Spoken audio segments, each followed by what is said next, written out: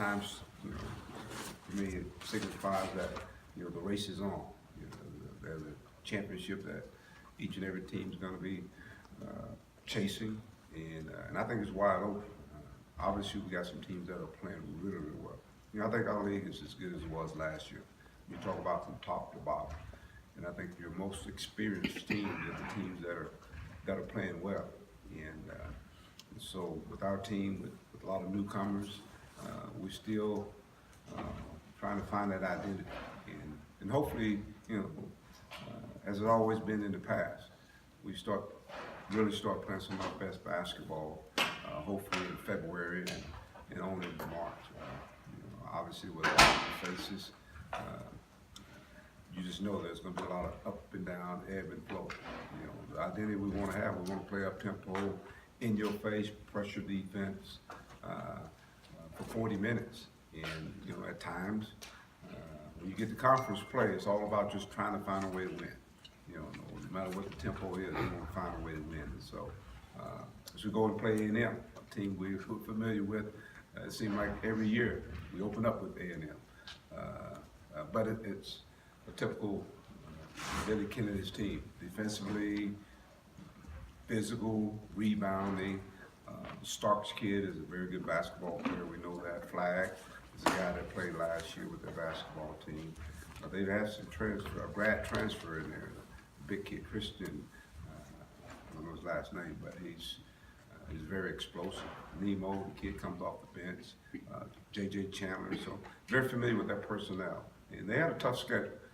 They won like 5 of the last 6 games. I think they had won 5 in a row before.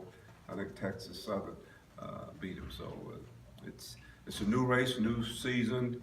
We talk about the intensity that takes place in conference play, and here we are. It goes up 20 notches, I think. And so for our young guys, they're going to get their eyes open right off the bat as we go on the road. How do these practices go? There's during this midweek without a game. How much did you get done? And did a Jordan Phillips, for instance, did he progress in it? Yeah. I tell you what, this has been a great period. I think for guys like Jordan Phillips, not only Jordan, but I think our whole team. Because when you first start off, you put a lot of stuff out there on these guys, and they've got to pick it up, and they got to get it to where it's instinctively. And so now what happens? You get a chance to go back and look what we've done, and really kind of reiterate the things that are really important. So I think for Jordan, just getting the reps in practice, even for guys coming back, I think it's so important. So just working on the timing. We've done some tour days, a lot of shooting, just a lot of skill development and all of that, just trying to figure out, the things that we got to get better at. And one of the things I talk to our guys about is our defense has been pretty good, but I think we just got to continue to really harp on finishing part of the defense, and that is getting in there and getting bodies in there and coming up with rebound. But our guards, they're so critical in what we do. A lot of times Daniel may go block a shot. That offside guy has been really killing us, and so we got to dive in there with our bodies and move people. And that means you got to get a little more physical. And as I said, this is another test for these guys. They'll figure out the physicality that we're talking about. Little things matter now. All the little small things that add up. Loose balls, getting a stop when you need one. Those are going to be critical right now. But to your point, Jordan, not only Jordan, but even today, I think Justice is going to have a chance to, I think he's cleared to, Justice Hill, that is, to practice with us. And that's all he'll be, practice and kind of get a grasp of what takes place at this level. How good is it to get him practicing? I know, I guess he wouldn't play, but how good is it to get him in practice? Well, I think it's something. It's another chapter that we hadn't had a kid do that, so it's something he wanted to do, and we welcome him to do it, and it can only just get him get a little bit more prepared.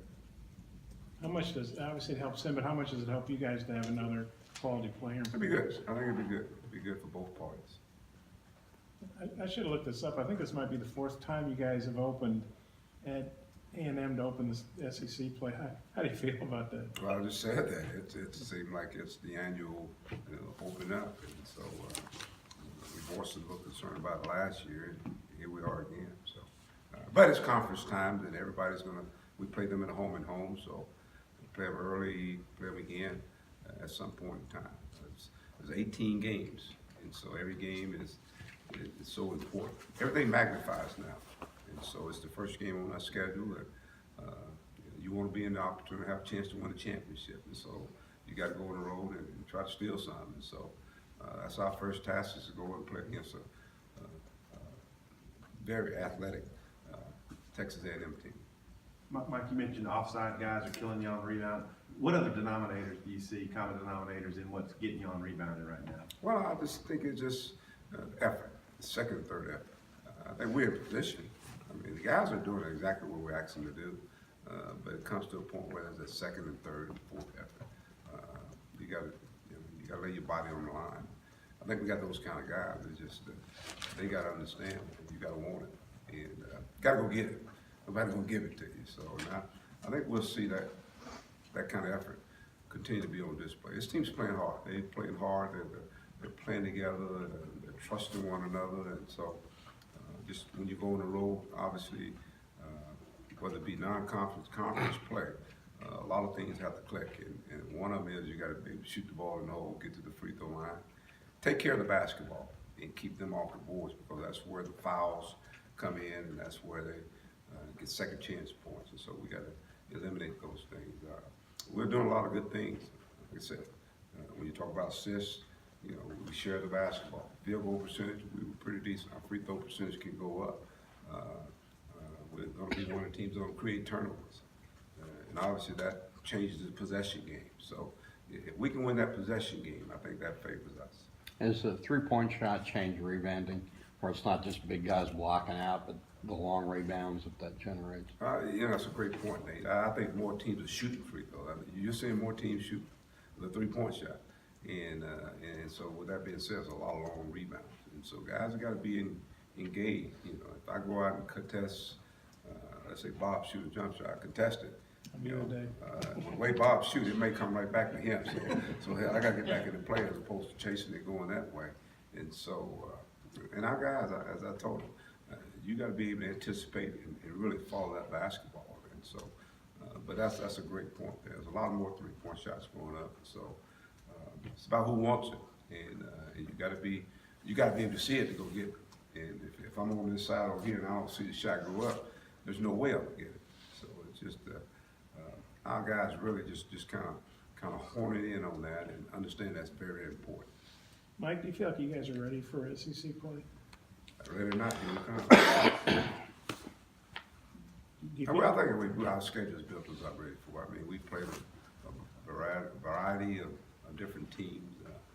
Teams that play mid-tempo, teams that play up-tempo, teams that really we play some pretty good basketball teams.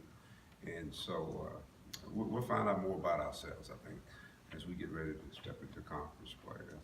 This is our, I think, 13th game, so we'll be ready. Speaking of missed threes, A&M's last in the league in three-point shooting, 29%. I think they're shooting a lot more threes because they're not quite as big. But what do you make of their three-point shooting? And maybe they're more perimeter-oriented than they have. Well, yeah, I think they're playing with a little more freedom. I think from that standpoint, you know, when they had two NBA guys, when you talk about Davis, you can throw it in there, and if he don't score, there can Williams dunking it in there. They have some really good basketball players there, and I think they're athletic this year. And they're rebounding at a higher clip than they did last year. I think they're rebounding like 37% of the missed shots. That's an important stat there. So so it's going to be really important that we do a good job of making them take tough shots, of rebounding basketball, and limit them to get transition offense. Last year we played them down there. I know they had a barrage of three-point shots that were made, but they were wide open, non-contested shots. And so, like I said, what took place in non-conference, you got to assume that they can shoot the basketball if they shoot. They lost to Texas Southern, but Texas Southern's got some really good wins. Kind of, what do you make of them losing at home to a So Texas Southern got some older guys. You got guys that are 23, 24 years old, man. There's some men out there. And I don't think A&M shot the ball well. And Texas Southern got off to a really good start. again, A&M been playing really good basketball. They played a good non-conference schedule, lost some games early on, and I think they're starting to put it together. They have some newcomers on that team as well. How prepared do you think Reggie and Gabe are? Reggie's going through his first time to the SEC. Gabe's role is obviously a little bit bigger than last year. What was the question there? Yes, how prepared Reggie and Gabe are. I think they're ready. I think, they played in games where it's meaningful minutes. And I think we can see their progression, especially a guy like Reggie. I mean, he even started one game, and I thought he had the jitters, but he got through it. He's been pretty consistent in what he brings to the table. Gabe, obviously, his role is going to be a little different, but I think when he stays in that role, I think he's very, very effective for our basketball team. He's one of those guys going to really have to step up and rebound for us and do all the little dirty work. This is going to be a blue-collar game, and I'm going to call on those guys to go out and perform. But they've had an opportunity to do it in non-conference play, so it's not like they're just going out there. It's basketball. Obviously in conference, everything just kind of goes up many more notches, and they'll get a sense of that once they're in the game and get pushed out or get knocked down, a call doesn't go their way, and you can't sit there and pout about it. You better get back down the other end because the action moves so quick. Gabe, he's had a bunch of assists the last 2 games. What do you thought of his passing and, getting assists? I think he's got some assists. He's getting more time, and he's got a good feel for the game. I think when you got guys who can shoot the basketball, and Isaiah and Mason, and he does a really good job of getting the ball to Daniel.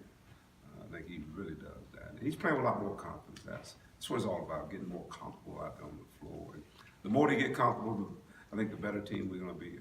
You're seeing it with Keyshawn, you've seen it with Desi, and so what you want it to be is you want it to be consistent. I think that's got to be the biggest key. They got to be consistent day in and day out. A guy like Mason Jones, he's starting, he's getting a lot of minutes. You got to be consistent in what he brings to the table, day in and day out. And once you do that, I think we got a team